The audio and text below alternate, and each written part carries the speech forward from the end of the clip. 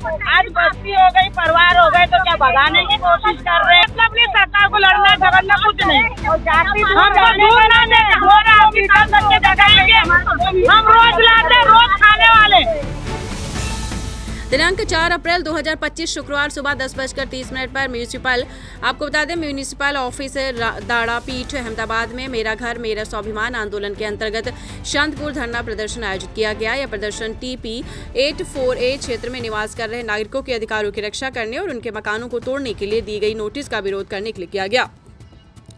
वडगाम के माननीय विधायक जिग्नेश मेवाड़ी भी इस प्रदर्शन में शामिल हुए और प्रदर्शनकारियों की उचित मांगों को मजबूती से उठाया। उन्होंने अहमदाबाद म्यूनिसिपल कमिश्नर को लिखित रूप से ज्ञापन सौंपा और TP 84A के सर्वे नंबरों में भ्रष्टाचार और अवैध फेरबदल के मुद्दे को उठाते हुए मकान बचाने के लिए त्वरित कार्रवाई की मांग की। प्रदर्शन की मुख्य मांगे TP 84A मकरबा और रखियाल क्षेत्र के निवासियों को भी अन्य इलाकों की तरह 25% जन्नी मूल्य पर प्लॉट आवंटित कर राहत दी जाए। निवासियों पर अन्यायपूर्ण तरीके से मकान खाली कराने का दबाव न डाला जाए। रखियाल क्षेत्र में झुग्गियों के रह रहे लोगों के लिए न्यायपूर्ण पुनर्वास की व्यवस्था की जाए।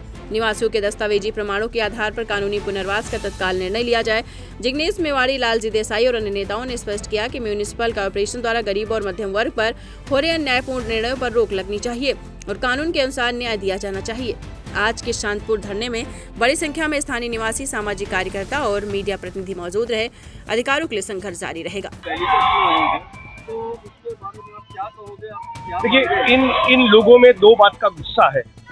अहमदाबाद के मकरबा की TP स्कीम 84A में अहमदाबाद म्यूनिसिपल कॉर्पोरेशन, ओडा और रियल एस्टेट के माफियाओं ने एक दूसरे की सांठ-गांठ के चलते बहुत बड़ा घपला किया है, घोटाला किया है, स्कैम किया है। उसकी जांच हो और जांच में जिसका भी नाम खुले उसके खिलाफ FIR हो, उसकी गिरफ्तारी हो, ताकि बाकी के लोग ऐसी हरकत करने की जरूरत न करें। दूसरी मांग रखियाल, मकरबा, बापूनगर और हम सभी लोगों की है। आप किसके मकान तोड़ रहे हैं? आप मुसलमान के, दलित के, आदिवासी के, मालधारी के, ठाकुर के, DNT के। भाजपा के बड़े बड़े नेता और उनके जो चमचे हैं, उन्होंने लाखों करोड़ों रुपए के गैर कानूनी स्ट्रक्चर खड़े किए, मकान खड़े किए, बिल्डिंग्स खड़े किए। भाजपा की ऑफिसें सरकारी जमीनों में खड़ी है, वहां कार्रवाई नहीं करनी, वहां दादा का बुलडोजर नहीं घूम रहा है और कमजोर लोगों को आप परेशान कर रहे हो, उनके आशियाने तोड़ रहे हो, उनको बेघर कर रहे हो। ये गुजरात वाइब्रेंट नहीं हो सकता। और हमारी मांग है, किसी भी व्यक्ति को बिना वैकल्पिक अरेंजमेंट, वैकल्पिक व्यवस्था, वैकल्पिक मकान का आयोजन न हो, तब तक एक भी इंसान को उसके घर से, उसके ऑफिस से, उसके दुकान से बेदखल नहीं किया जा सकता। यही भारत का संविधान कहता है, यही हाईकोर्ट और सुप्रीम कोर्ट का जजमेंट कहता है, यही मानवता कहता है। और इसीलिए मांग कर रहे हैं कि बिना वैकल्पिक व्यवस्था किसी को न खदेड़ा जाए और AMC के अफसरों ने और बिल्डरों ने मिलकर जो घोटाला मकरबा की स्कीम में किया है, उनको जेल की सलाखों के पीछे भेजा जाए। नहीं भेजेंगे, कार्रवाई नहीं होगी तो अनशन पे लोगों की बैठने की तैयारी में मैं रहती हूँगी।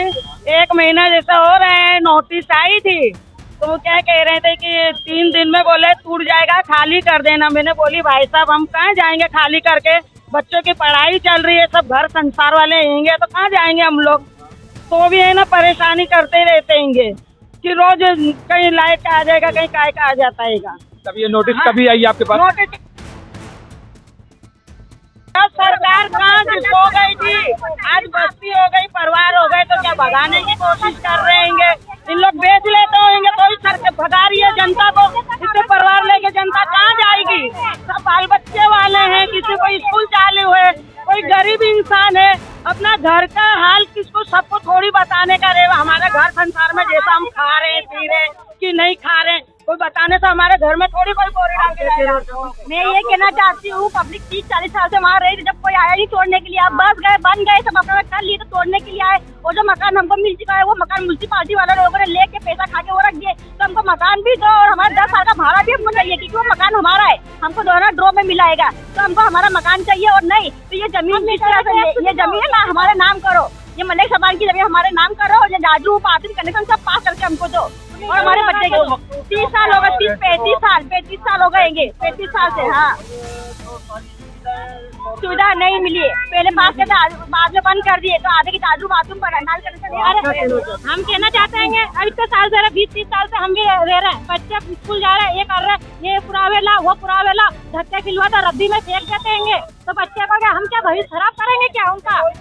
सर मेरा नाम तबस्सुम कलीम सैयद है। मैं अकबर नगर छापरा गरीब नगर 4 रस्ते से बोल रही हूँ। सरकार हम इतने साल से हम वहाँ रहते हैं, सरकार अब हमको भी खाली करने का बोल रही है। हमारे बच्चों के पेपर है, 5 बच्चे, हम 2 मियाँ बीबी, कमाने वाला एक, हम कहाँ डिपोजिट भरे, कहाँ भाड़ा भरे, हम कहाँ जाएं? हमको सरकार से कोई लेना देना नहीं है। सरकार हमको मकान दे दे, हम आसानी से खाली कर देंगे।